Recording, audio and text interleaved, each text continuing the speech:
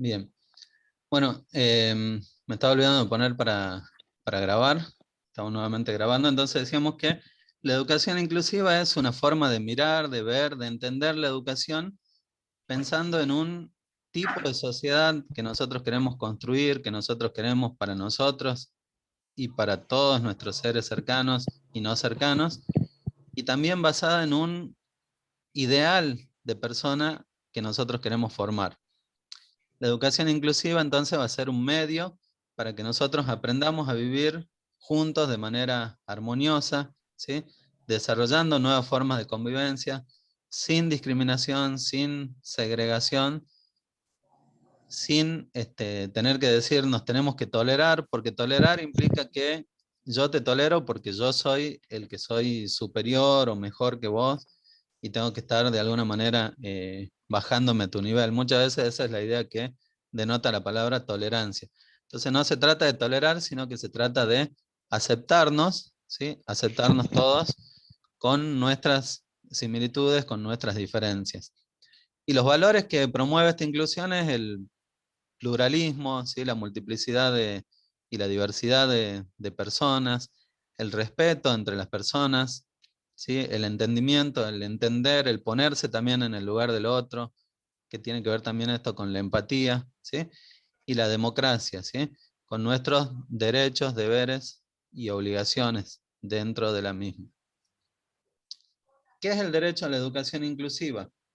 Bueno, es el derecho que tienen las personas con discapacidad, ¿sí? Y vamos a hablar así, ¿no? De personas con discapacidad. No se utiliza ya la terminología de personas especiales o con capacidades diferentes o con capacidades especiales, ¿sí? Se habla de personas con discapacidad. Tienen derecho a estudiar en escuelas comunes, aprendiendo, pero aprendiendo y participando, perdón, ahí estoy agregando a otra persona, en igualdad de condiciones, ¿sí? ¿Qué es un sistema educativo inclusivo? Es un sistema que es capaz de recibir y de enseñar a todas las personas, que adopta las medidas necesarias para que éstas aprendan y participen en igualdad de condiciones y considera que la diversidad es una fuente de enriquecimiento, ¿sí? Es decir, que no ve la diversidad como algo negativo, sino al contrario, como algo que te enriquece. Algunos principios para entender lo que es la educación inclusiva. Bueno, la educación inclusiva y la inclusión debe entenderse como un proceso, ¿sí? Es decir, es una búsqueda constante, no es algo que lo aprendemos una vez y para siempre, sino que es una búsqueda permanente de la mejor manera de responder las diferencias, antes las diferencias. Cuando hablamos de educación inclusiva, tenemos que entender que existen barreras, siempre están presentes, que impiden lograr que se efectivice, digamos, esta educación inclusiva. Entonces, estas barreras hay que identificarlas y hay que trabajar para removerlas. Y estas barreras muchas veces tienen que ver con obstáculos para el aprendizaje y la participación de los estudiantes. Se va a referir la educación inclusiva no solamente al hecho de que el estudiante esté en clase, que lo tengamos allí presente, sino también que el estudiante participe y que logre alcanzar los objetivos que se propone en torno a él. Y algo que tiene la educación inclusiva es que va a poner especial atención o especial cuidado en aquellos grupos de estudiantes con mayor riesgo de ser marginados, con mayor riesgo de ser excluidos o con mayor riesgo de tener rendimientos menores a los esperados. El concepto de inclusión implica el acceso a una educación de calidad sin ningún tipo de discriminación, ya sea dentro o fuera del sistema escolar, lo cual exige una transformación profunda de los sistemas educativos.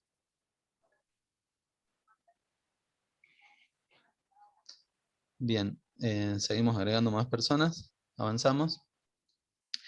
Esto no lo vamos a ver ahora porque ya lo vimos en los videos anteriores. Acá quería hacer un énfasis en la diferencia que existe entre la inclusión y la integración. ¿Por qué? Porque muchas veces se consideró que la mejor opción era la de integrar a los alumnos y de lograr la integración educativa. Y en realidad nosotros tenemos que ir más allá y lo que tenemos que lograr es la inclusión. ¿Sí? ¿Se acuerdan ahí en el video que vimos sobre la observación general número 4 de la Convención? Nos marca la diferencia entre lo que es la exclusión, la segregación, la integración y lo que efectivamente es la inclusión educativa. Una escuela inclusiva es aquella que es capaz de responder desde su organización y planeación a las necesidades específicas de un alumno con discapacidad. Por lo tanto, también va a tener herramientas para dar una respuesta adecuada a los alumnos con diferentes características de índole cultural, racial, lingüístico, de salud, entre otras. Yo les decía, nosotros estamos ahora abordando principalmente la cuestión de la discapacidad, pero en realidad cuando hablamos de escuela inclusiva es una escuela que va a dar respuesta a la diversidad de estudiantes que tenemos, ¿sí? Con sus diferentes características, ya sean culturales, sociales, raciales, lingüísticas, ¿sí? Las barreras. Existen muchas barreras que muchas veces no permiten que se logre esta educación inclusiva. Algunas están directamente vinculadas al ámbito de la educación, a la escuela, al aula, pero hay otras que son externas y que muchas veces también actúan como barreras. Por ejemplo, hay barreras políticas, ¿sí? Esto por ahí hace referencia a que muchas veces existen leyes y normas que son contradictorias y que existen o coexisten al mismo tiempo, ¿sí? Por ejemplo, con respecto a la educación de las personas con discapacidad, se habla de una educación para todos, pero por el otro lado, siguen existiendo los colegios o las escuelas de educación especial.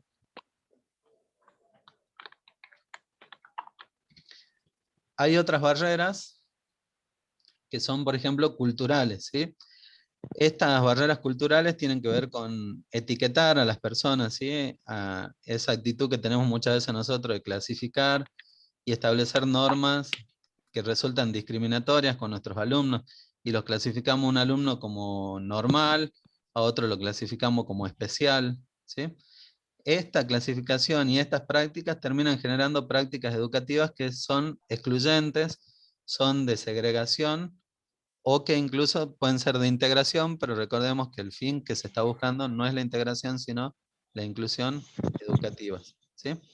Este concepto de alumno con necesidades educativas especiales muchas veces ha generado más estigmas que lo que ha terminado ayudando a los mismos estudiantes. Y después están las barreras propias de la escuela y del aula, que son, por ejemplo, las barreras didácticas, ¿sí? Hay muchas barreras didácticas. Podemos hablar, por ejemplo, de la competitividad en las aulas, cuando muchas veces se trabaja y se crea una cultura de competitividad dentro de la escuela, dentro del aula, que va en contra del trabajo colaborativo, cooperativo y solidario, que es el que se debe buscarse. El aula tiene que ser una comunidad de convivencia y de aprendizaje. Tiene que ser un lugar en donde se apoyen unos a otros y donde cualquier actividad no se organice de manera competitiva, sino de manera cooperativa, ¿sí? Otra barrera muchas veces termina siendo el currículum, ¿sí? Porque a veces el currículum lo que hace es generar más desigualdades y esto muchas veces pasa, ya lo vamos a ver con otro gráfico, cuando nosotros pretendemos que todos los alumnos realicen las mismas actividades de la misma manera al mismo tiempo, ¿sí? La organización espacio-temporal también termina siendo una barrera, un obstáculo, ¿sí?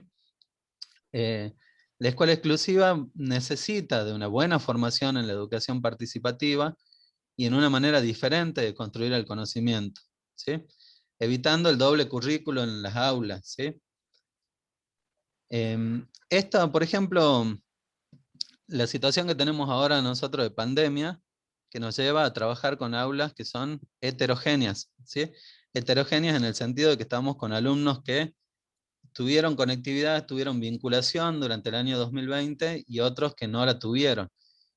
Y bueno, las diferentes resoluciones también del Consejo Federal de Educación lo que nos dicen es que justamente nosotros tenemos que trabajar en esa heterogeneidad de alumnos. La reprofesionalización del profesorado, bueno, esto tiene que ver con que hay muchos aspectos todavía de la formación que tienen que cambiar, que tienen que ser modificados, y el hecho de esto, de que nosotros, nuestra carrera como docentes no termina cuando recibimos solamente nuestro título de profesor, sino que nosotros tenemos que recibir una formación continua. Y es importante que nos formemos en aspectos y en áreas como esta, ¿sí? Que lo que hacen es reprofesionalizarnos a nosotros en nuestra tarea, ¿sí? Y muchas veces, bueno, la escuela pública también actúa como una barrera, eh, impidiendo la participación de estos estudiantes, impidiendo el acceso, impidiendo la participación de las familias, ¿sí? Muchas veces las escuelas actúan de manera antidemocrática cuando deberían ser democráticas, ¿sí? Esas son algunas de las barreras.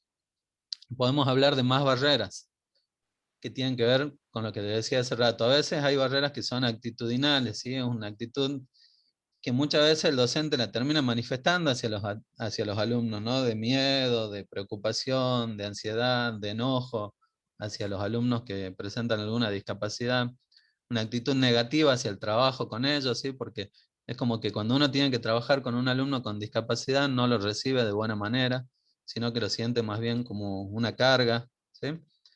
Pero también hay actitudes muchas veces que terminan siendo barreras, como la actitud sobreprotectora de algunos padres.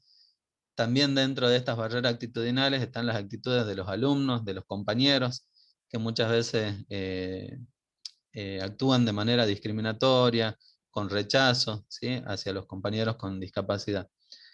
Hay barreras que son metodológicas, que tienen que ver, por ejemplo, con el currículum cuando se lo hace de una manera rígida, ¿sí? No sé si llegan a ver bien ese dibujito, ahí es como una maestra que tiene una cara así llena de libros y que habla y habla y habla, y la niña que está ahí al frente no le está entendiendo aparentemente nada porque está con un signo de pregunta, pero la maestra solo habla y le pide a la niña que haga silencio, ¿sí? Muchas veces el currículo, nuestras planificaciones se realizan sin tener en cuenta las competencias y los estilos de aprendizaje de los alumnos. Muchas veces utilizamos material que es poco comprensible para los alumnos, ¿sí? También tenemos las barreras organizativas, ¿sí? Dificultad, por ejemplo, para obtener recursos educativos y otras dificultades para utilizarlas. Muchas veces nos encontramos con ausencia del profesional de apoyo que oriente al docente en el aula. Dificultades también para coordinar entre los diferentes niveles, ¿sí? Cuando el alumno sale de la primaria, ingresa al secundario, o coordinar incluso con la modalidad especial. También hay barreras sociales, ¿sí? Que dificultan todavía el trabajo, como por ejemplo la falta de recursos para el aprendizaje, la pobreza, que tiene muchas consecuencias negativas, ¿sí? Por ejemplo, menores que tienen que trabajar, carencia de estimulación de muchos niños durante los primeros años de edad, y están también las barreras edilicias, que es la ausencia de adaptaciones en las escuelas, en los colegios, en los edificios, ya sea en la parte de rampas, el acceso a las aulas, los sanitarios, ¿sí? Poca luminosidad, una mala acústica y otras situaciones que nosotros las tenemos, digamos, cuando estamos en nuestras aulas, en nuestras clases. Entonces, cuando nosotros hablamos de currículum, tenemos que pensar en un currículum que sea inclusivo. El currículum básicamente va a tratar todo lo que se pretende que el alumno aprenda, que son los objetivos, va a contener lo que se enseña, es decir, los contenidos, va también a especificar cómo se va a enseñar, es decir, qué estrategias metodológicas se van a utilizar, y también tiene que definir lo que se hace para aprender, es decir, qué tareas se van a realizar, con qué recursos y cómo se van a valorar o evaluar esos aprendizajes. Ahora, ¿qué pasa? Que muchas veces no existe un currículum inclusivo, y el currículum en el aula inclusiva, al no ser inclusivo, muchas veces lo que hace es marca presión de los aprendizajes que deben lograr los alumnos, y si no los logra, bueno, se los excluye, se los margina, se los tiene con permanencia. Además de esta presión, este currículum está unido a tradiciones metodológicas en las aulas y en las escuelas que hacen que los docentes planifiquen y enseñen para un alumno medio o promedio, como decíamos anteriormente, un estudiante que en realidad no existe, y que hace que la diversidad y las diferencias no se atiendan, porque se utiliza un mismo método para todos. Son las mismas tareas para todos, es el mismo libro, el mismo texto, la misma forma de presentar el texto, ¿sí? No utilizamos diferentes herramientas, no utilizamos, por ejemplo, eh, videos, visuales, audios, músicas, canciones, etcétera, diferentes herramientas que podíamos emplear para llegar a nuestros estudiantes, ¿sí? Bueno, por una cuestión de tiempo, esta actividad, esta dinámica, no la vamos a poder realizar ahora, pero vamos a avanzar a la cuestión de algunas orientaciones prácticas, ¿sí? Esto para tener en cuenta que también lo tienen ahí en el material de lectura, ¿sí? La forma correcta de expresarnos. Se debe decir personas con discapacidad, ¿sí? No hablar de discapacitados, personas especiales, capacidades diferentes o especiales, inválidos, minusválidos, tullidos, rengos, sordomudos, paralíticos, lisiados, patojos, enfermitos, pobrecitos, etc., ¿sí? El término correcto a emplear es personas con discapacidad. Cuando hablamos de los grupos o sectores que nosotros consideramos vulnerables, estamos hablando de grupos de atención prioritarias, en los cuales hay que poner énfasis porque son grupos que están en riesgo, digamos, pedagógico. La persona con discapacidad intelectual, se han utilizado muchos términos, muchas veces con connotaciones, perdón, sumamente negativas, ¿sí? Retrasado, débil mental, etc. Ustedes pueden leer allí todos los otros términos, ¿sí?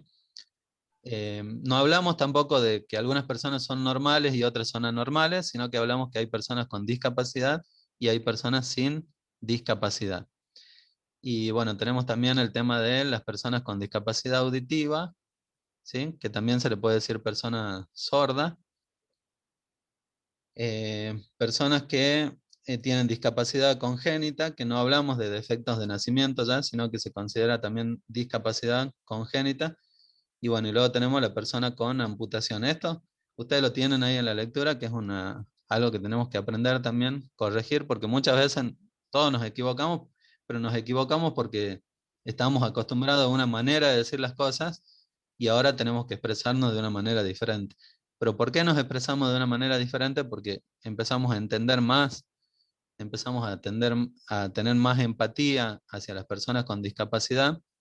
Fíjense en que las mismas personas con discapacidad muchas veces ellos mismos manifestaron que no se sentían bien cuando les decían que eran especiales, cuando les decían que eran diferentes, etcétera, ¿sí? Entonces son cosas que se van corrigiendo.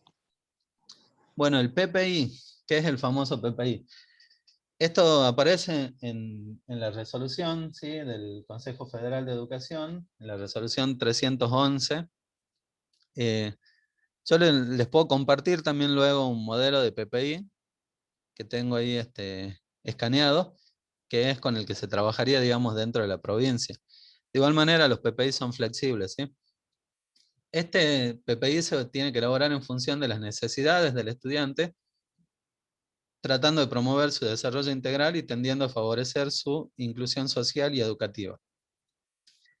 ¿Quién va a ser responsable de llevar adelante el PPI? Bueno, es de todo el equipo educativo correspondiente, que puede estar formado por los maestros de la escuela solamente o también por los maestros de la escuela más los maestros de la modalidad especial, ¿sí? Quienes van a informar y van a acordar con las familias, esto es importante, hay que hacer participar a la familia y al estudiante, las metas y responsabilidades de cada una de las partes con el objetivo que el estudiante con discapacidad desarrolle sus aprendizajes, siguiendo el diseño curricular jurisdiccional en vista que esto no implique un currículum paralelo. Los proyectos personalizados deben actualizarse periódicamente sobre la base de metas factibles y deben estar redactados en un lenguaje claro y accesible, ¿sí? Y bueno, esto ya habíamos leído.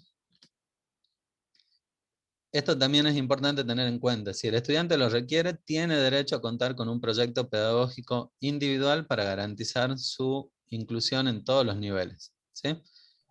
Este instrumento va a plasmar diferentes estrategias educativas diseñadas para garantizar la inclusión del estudiante con discapacidad que lo precise. Ahora, no todas las personas con discapacidad necesitan PPI. Eso también hay que tenerlo en claro, ¿sí? Algunas sí y otras no. Para elaborar un PPI es necesario tener en cuenta esto. Primeramente hay que identificar cuáles son las barreras del contexto, ya sean las barreras externas a la escuela como las que forman parte de la escuela y del proceso de aprendizaje del estudiante. Cuando se hace el PPI, a veces nosotros trabajamos a la inversa, ¿sí? Y empezamos focalizándonos en lo que el estudiante no puede realizar, ¿sí? hay que focalizarse primeramente en el potencial de la persona y a partir de ahí elaborar el PPI. Hay que lograr acuerdos con las familias y con los mismos estudiantes. Hay que respetar los diseños curriculares, obviamente haciendo las priorizaciones necesarias. Hay que revisarlo periódicamente y se tiene que utilizar un lenguaje claro. ¿Qué quiere decir esto? Que tiene que ser entendido por las familias y por el estudiante, ¿sí? En el caso de que el PPI sea necesario, este debe estar elaborado al comienzo del año escolar, sin que esto implique que no se lo pueda seguir revisando, modificando, ¿sí? En caso de que existan demoras para su confección, porque la realidad nos muestra que no es fácil ni rápido elaborar un PPI, en caso de que existan demoras, no obstante, la escuela no puede, digamos, negar el acceso al estudiante a la escuela, ¿sí? Y tiene que empezar a tomar las acciones necesarias para brindarle la educación que merece de calidad, y hay que agilizar, hay que buscar todos los medios necesarios para agilizar que ese proyecto esté lo antes posible, ¿sí? Dice, las demoras vinculadas al PPI no pueden ser pretexto para dejar de enseñar al alumnado con discapacidad. Bueno, con respecto a las discapacidades hay que hacer un abordaje socioeducativo, es decir, desde un modelo social teniendo en cuenta el enfoque de derechos que hemos visto anteriormente. El término personas con discapacidad se emplea para referirse a las condiciones que afectan en diversos grados las capacidades y funciones sensoriales, intelectuales, motoras y emocionales de la persona. Por lo tanto, se trata de personas en condición de discapacidad, ¿sí? Cuyas limitaciones no deben disminuir su dignidad como seres humanos, ni su derecho a participar en la comunidad. Bueno, nosotros podemos trabajar, se nos pueden presentar necesidades educativas asociadas a la discapacidad visual, ¿sí? Ahí podemos hablar de algunos estudiantes que son disminuidos visuales, que esta disminución visual puede ser severa o leve, ¿sí? O nos podemos encontrar con personas ciegas, que es la persona que que perdió totalmente el campo visual, ¿sí? En términos prácticos, se suelen identificar las personas disminuidas visual con la utilización de un bastón de color verde y las personas ciegas con la utilización de un bastón de color blanco. Bueno, ¿de qué manera se puede trabajar con ellos? Se puede recurrir a diferentes formatos de comunicación. Por ejemplo, el sistema de lectoescritura en braille, pero también se puede trabajar con muchas tecnologías que ahora están al alcance y disponibles perdón, para las personas con discapacidad visual, ¿sí? Como yo les comentaba de mi amigo, que él tiene un celular que en realidad es una aplicación dentro del celular, ¿sí? Que le permite realizar muchas acciones. Otra cosa que él hacía, por ejemplo, él grababa, bueno, ahora es más difícil conseguir, pero él tenía un grabador, igual se puede grabar desde el celular, ¿no? Él grababa las clases, ¿sí? Y después las repasaba, las repasaba. Y él también se grababa muchas veces para poder dar sus exámenes o sus lecciones, ¿sí? Avanzamos porque nos va quedando poco tiempo. Están también las personas que tienen una necesidad educativa asociada a la discapacidad auditiva, ¿sí? Que puede ser una persona sorda o una persona hipoacústica, ¿sí? Las particularidades educativas que tienen estas personas son que necesitan encontrar una manera adecuada para poder comunicarse, ¿sí? En nuestro idioma. Eh, Se puede trabajar, digamos, con el lenguaje de señas, ¿sí? También hay algunos estudiantes que, por ejemplo, realizan lectura de labios, y que ustedes vieron que eso también se complicó con el tema de la pandemia, porque al estar con barbijos, ellos no nos pueden ver los labios, ¿sí? Se han diseñado inclusive algunos tipos de barbijos que son transparentes y que justamente tienen esa función de que las personas que tienen una discapacidad auditiva puedan ver, digamos, el movimiento de los labios. Tenemos también con necesidades educativas asociadas a la discapacidad motriz, ¿sí? Muchas de ellas están vinculadas con algún tipo de parálisis cerebral, ¿sí? Pero también tenemos allí otras cuestiones que son que ocurrieron por otras razones, ¿sí? Como un accidente, algún problema que tuvo la persona y que la puso en una situación de discapacidad psicomotriz, ¿sí? Y acá, bueno, sobre todas las cosas, si no es una cuestión, digamos, que afecte su cuestión cerebral, porque si afecta su cuestión cerebral, bueno, ahí hay que trabajar, por ejemplo, con sistemas que se conocen como aumentativos y alternativos de comunicación. Pero los que no tienen, digamos, esa dificultad relacionada con el cerebro, lo que hay que trabajar es con el acceso y la movilidad dentro del aula, ¿sí? Algunas veces las escuelas no están preparadas, muchas veces diría yo, ¿no? Para los alumnos que tienen este tipo de movilidad, de apoyo en la movilidad. No pueden acceder a los sanitarios, muchas veces no pueden ingresar a las aulas, no se los puede ubicar o no logran estar ubicados de una manera cómoda dentro del edificio escolar. Después están las necesidades educativas al trastorno del espectro autista, ¿sí? Que bueno, ahí hay varios trastornos que engloba el mismo. Hay que aclarar que esto no es una enfermedad, ¿sí? Sino que es un trastorno del desarrollo que se va a caracterizar por una triada de alteraciones cualitativas de la interacción social, la comunicación y la flexibilidad. Es un conjunto de síntomas que se manifiesta en la conducta del estudiante. Algunos trastornos pueden ser el trastorno de Rett, ¿sí?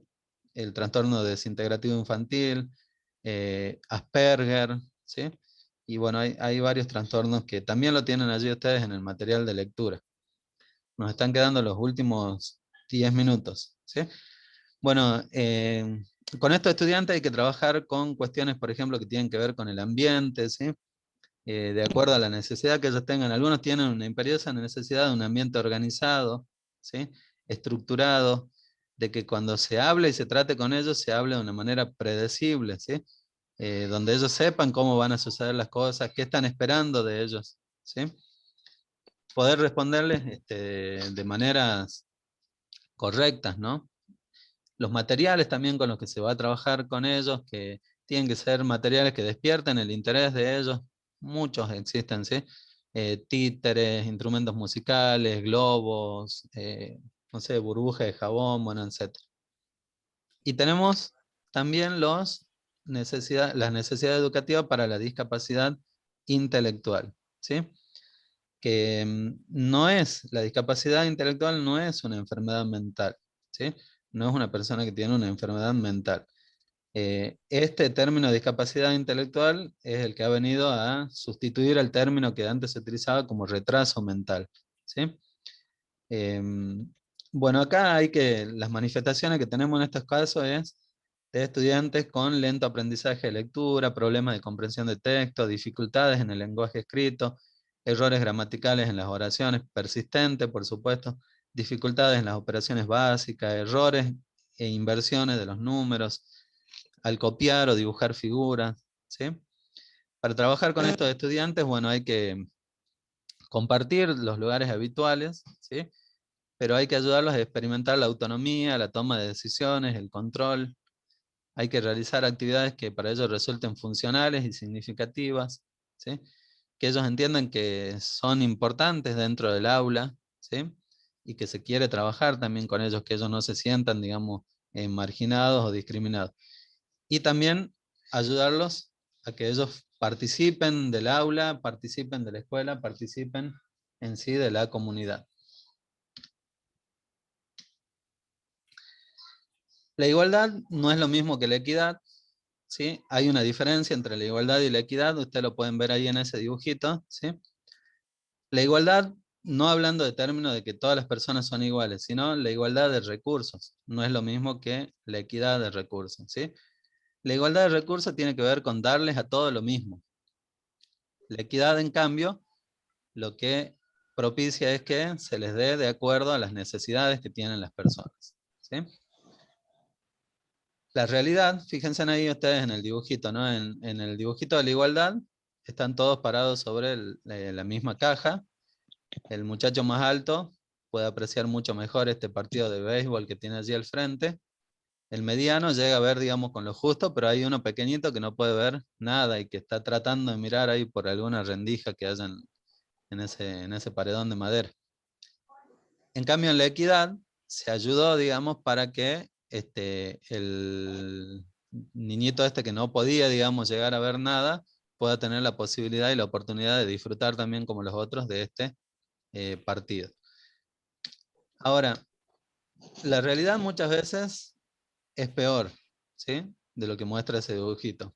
Porque a veces lo que ocurre es que a quienes más oportunidades tienen, se les dan muchas más oportunidades, y a quien tienen menos oportunidades, aún se les termina quitando las pocas que tienen, ¿sí? Fíjense que ahí en el gráfico este aparece el que podía ver sin ningún problema, digamos, con muchísimos más recursos que ya exceden. Es más, yo creo que ni siquiera está cómodo ahí a esa altura disfrutando del partido, ¿sí? Y el pequeñito está prácticamente ahí metido en un pozo, ¿no? Está como hundido allí. Bueno, nosotros tenemos que lograr aulas inclusivas en donde de alguna manera no necesitemos o no existan barreras, ¿sí? Para ninguno de nuestros estudiantes, sino que todos puedan disfrutar de la clase, del aprendizaje y de la educación por igual, de la misma manera. Bueno, con eso termina la presentación, ¿sí? Sobre las aulas inclusivas. Nos están quedando solamente 5 minutos. Voy a dejar de compartir un ratito aquí la pantalla. Ya, está bueno, está. ¿Y No no termina, termina? dice. Nos quedan 5 minutos. Sí, nos quedan 5 minutos, están preguntando por allí. Tengo acá el del PPI. Algo más para que tengan en cuenta. Ustedes tienen que realizar una actividad que les piden y que luego la tienen que enviar al mail de la fundación. A ver, voy a compartir nuevamente la pantalla para que ustedes puedan ver cuál es la actividad. Está al final de la cartilla.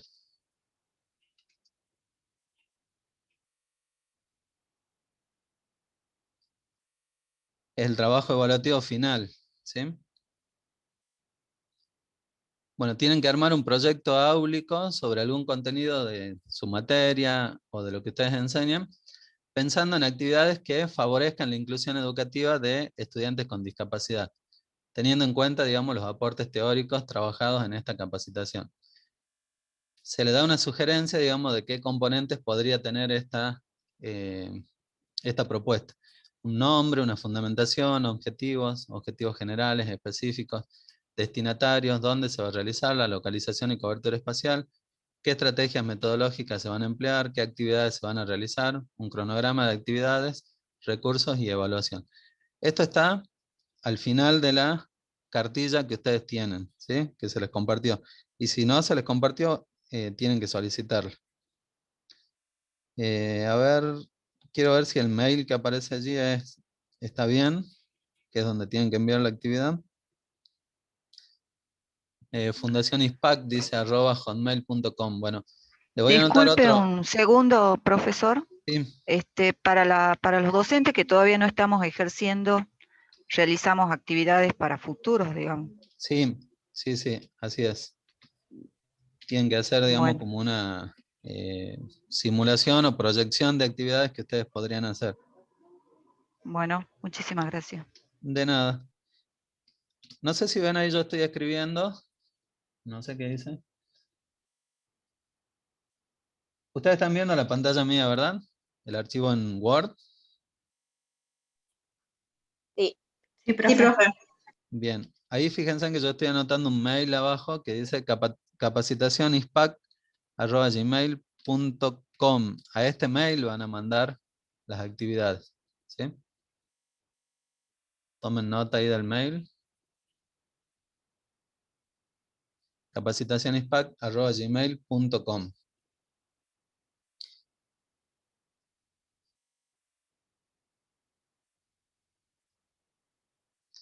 Bueno, y por otro lado, yo les dije que le iba a compartir también el modelo del PPI, que se utiliza aquí en Salta, el proyecto pedagógico individual, ¿sí? Que lo tienen allí en PDF, yo se los voy a compartir a la gente de la fundación para que ellos también luego se los reenvíen a ustedes, ¿sí? Esto está basado en lo que dice la resolución 311, ¿sí? /16, que son los elementos básicos que debería contener un PPI. Profe, ¿hasta qué fecha tenemos para la entrega del trabajo? No sé si hay alguien de la fundación que pueda responderles esa esa pregunta, porque hace rato estaba... no me dieron a mí la información esa con respecto a las fechas. Y con respecto al curso, profe, ¿tenemos otro día clase? No. Nos informaron. No. Por eso lo tuvimos acá, las 3 partes del curso, digamos, que le hicimos agrupado en 40, 40 y 40 minutos. ¿Sí?